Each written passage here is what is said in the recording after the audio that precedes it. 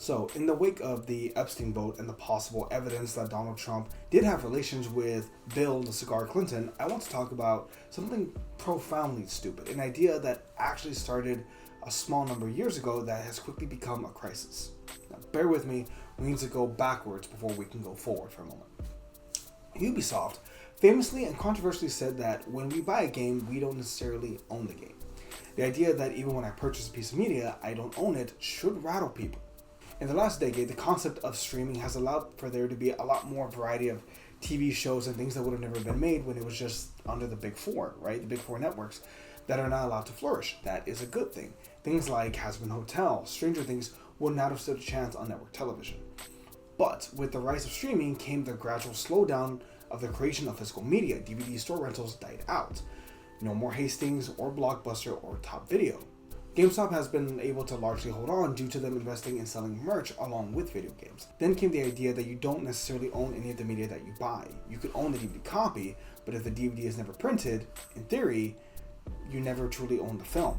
You only own the movie as long as it's streaming, as long as the streaming site says that you do. For example, when Vudu became Fandango at Home, most movies were imported. However, it's entirely within the scope that some of the films would not have been able to have been signed over. You know, even if you paid your $5 for Ape vs. Crocodile 3, The Reckoning, since the streamer no longer supports it, you're out of luck. So, what does this have to do with mortgages? Well, we're getting to that. Here, in recent years, the concept of a subscription-based sense of living has proven to be a fruitful business concept, within reason. Seriously, the streaming wars are underway, and I have to I shouldn't say this out loud. I have my pirate hat on, essentially. But why only have subscriptions for TV? Why not food, meds?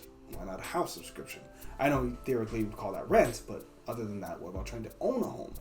Things are only getting more expensive. And until a wealth redistribution tax is in place, we're quickly approaching a nexus point where consumers don't have that much money left to spend over. It's believed that only 20% of shoppers are actually holding up the U.S. economy right now, and that is quickly eroding away. In addition, the stupid Cheetos policies are only making things worse. So what's the grand solution? A 50-year mortgage. In concept, the idea is to make it cheaper to own a house. But anyone that would take 30 seconds of really thinking about it will see how absolutely stupid this is. But let's run some numbers, shall we? A $250,000 home at 6.7% interest over the course of 30 years would be a monthly mortgage of about $2,066. At the end of the 30 years, I would have paid a whopping $721,000 for my home. Fuck. But let's run those numbers through the 50-year mark. So, same thing, $250K home, same interest rate, 6.75%.